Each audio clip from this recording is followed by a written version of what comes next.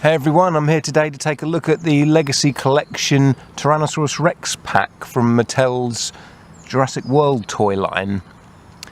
Now the packaging for these guys is pretty much the same as the new rival dinos packaging, which makes a change because before the Legacy Collection had a kind of different packaging to the regular Jurassic World toys, but this one is the same as the dino rivals, which I actually quite like this, got a kind of uniform look to it.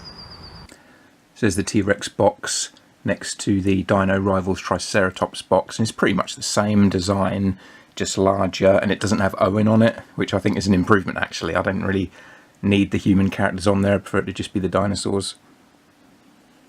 Now just look at the baby Rex first, because it's the least interesting thing and there's less to talk about.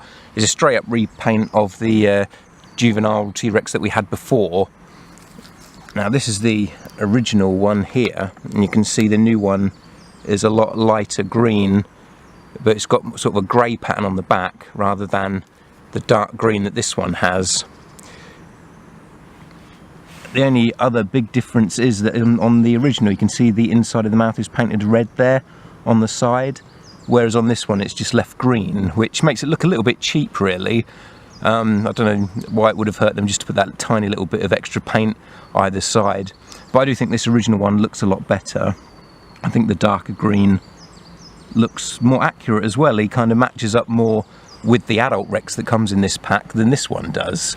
This one almost goes better with the sandy coloured Rex because it's such a kind of light green colour, but it has the same action feature where you push the tail down and it makes the mouth open and close there. Same articulation in the arms, going out to the side, forward and backwards, and the legs doing the same, going forward and backwards. So there's not really much to see there. I'll try and get the app code in focus there for anyone who wants it. But yeah, just a simple repaint, but it doesn't hurt to have two baby T-Rexes, but it would have been nice if it was a slightly different mould, or if they had at least painted those little bits in the mouth there so it didn't look quite so plasticky and cheap. But the paint apps being a bit on the cheap side is kind of a common thread with this pack, as I'll get into in a minute. Now here's the T-Rex himself.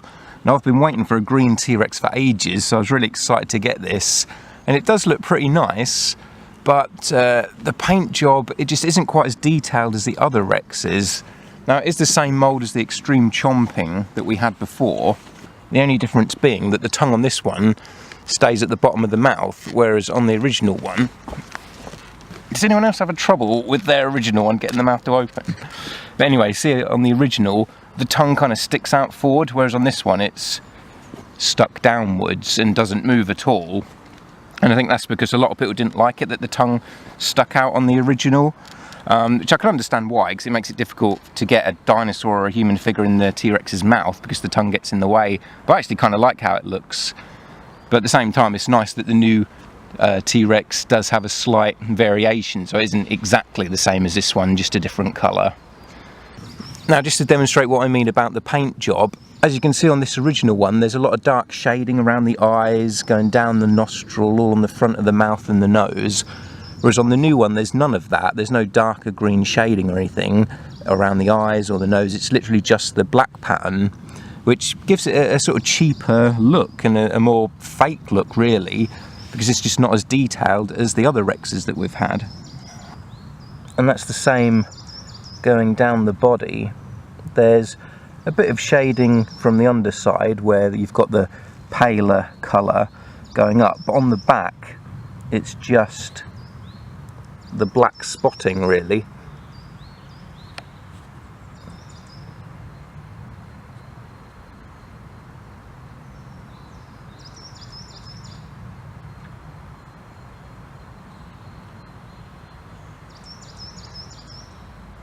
If you compare that to the sort of different shadings on the back of the extreme chomping there, it just makes all the difference.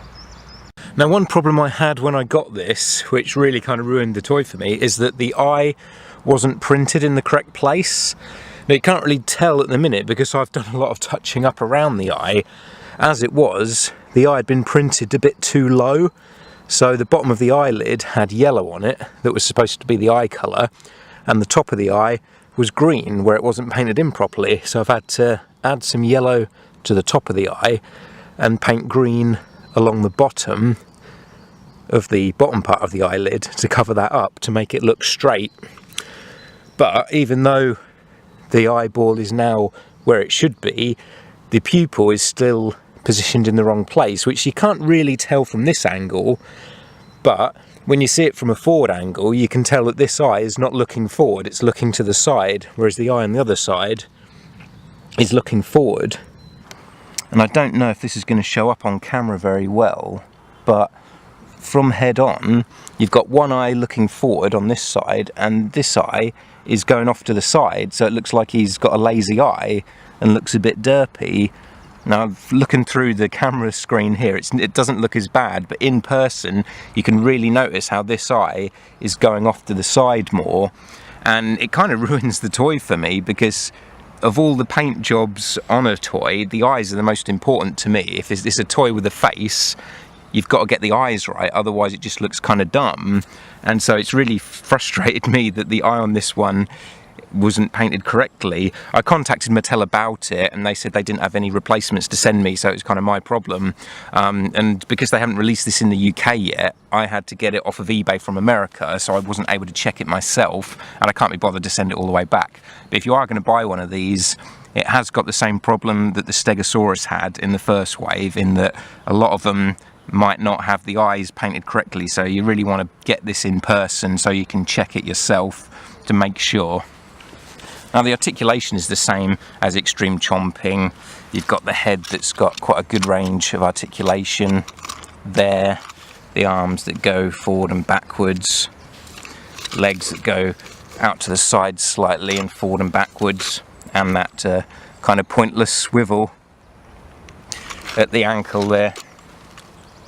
Now, I wish, rather than the swivel at the ankle, I wish the ankles would move kind of up and down, because if you had a joint that made that so the foot could move up and down like that, you could put that leg forward and that leg back and move that forward, that foot down and that foot up, and then put it in different poses.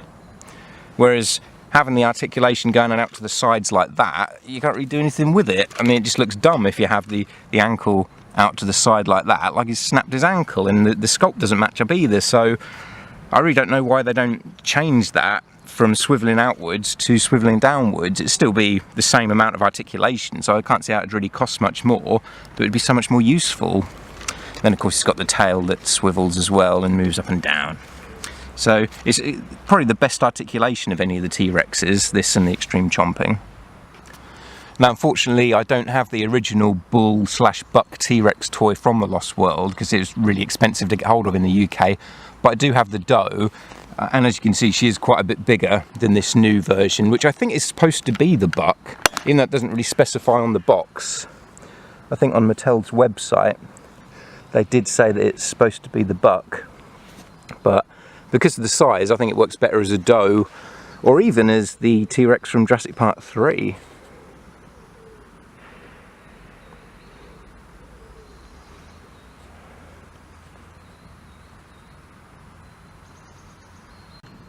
And here's all three of our Jurassic World T-Rexes together. It's so great to have a variety of T-Rexes now, like we have with the Velociraptors. And that grey one,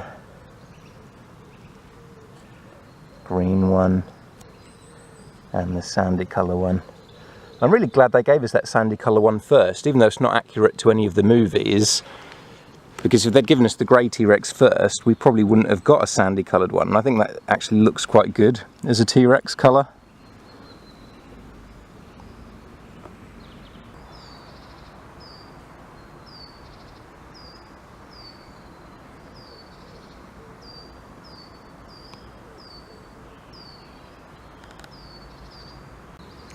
And just lastly, there he is next to the Spinosaurus.